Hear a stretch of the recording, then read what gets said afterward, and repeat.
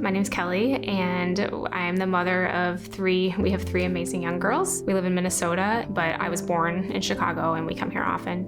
We'd come in that day for a Cubs game to enjoy with my dad, who's a diehard Cubs fan. We had a great time at the game. The Cubs won. So we were maybe a block outside of Wrigley Field. Could still hear like the music playing.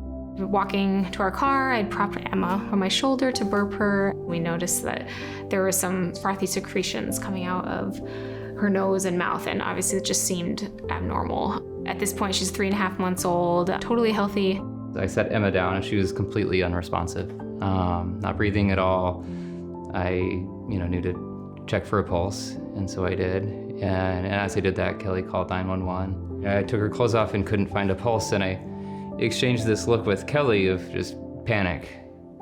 As I was doing CPR and giving her rescue breaths, someone approached me and asked if I needed help.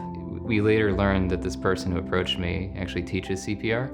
He rotated in while we waited for EMS to arrive.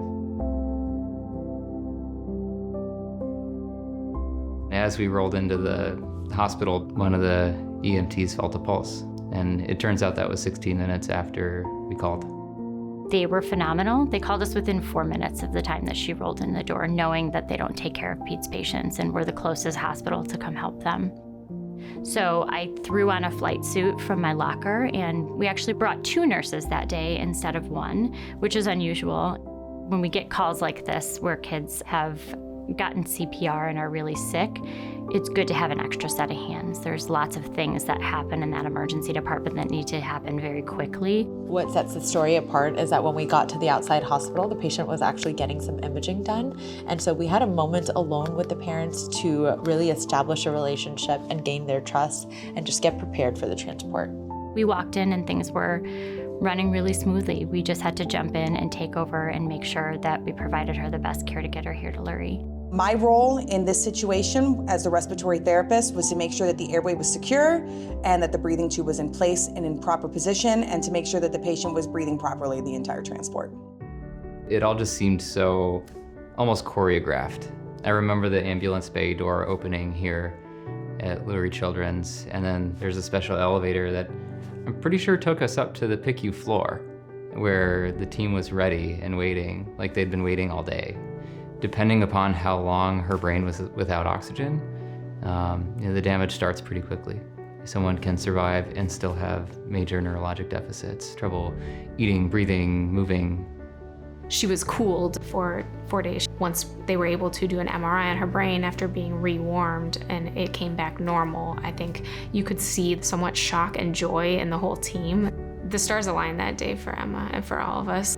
Emma is doing wonderfully. She is meeting all of her developmental milestones and does not have any deficits, which is not heard of after a cardiac arrest. In children who have an out-of-hospital cardiac arrest, the survival rate is less than 5%. I didn't know that statistic until after she was in the PICU and I started reading studies.